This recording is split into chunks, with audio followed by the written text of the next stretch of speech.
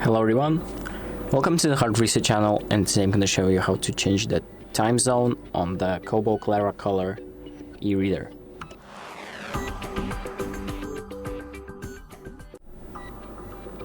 So the first thing that we're going to do is press on the More button on the bottom right to open up the More tab, and then we're going to press Settings, and here we're going to press on Date and Time, not this one, the Date and Time, there we go. Here we have the time zone, so I'm going to press on this time zone window. And here is where you're going to enter the name of your city or a big city near you. So just select the city that's close to you. I'm just gonna select a random one. And once it's found that city, if it hasn't found, just select another city that's near you.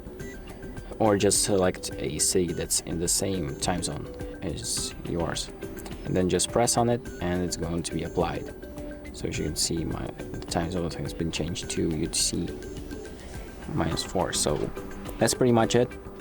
Thank you for watching. I hope this video helps you, and make sure to like and subscribe.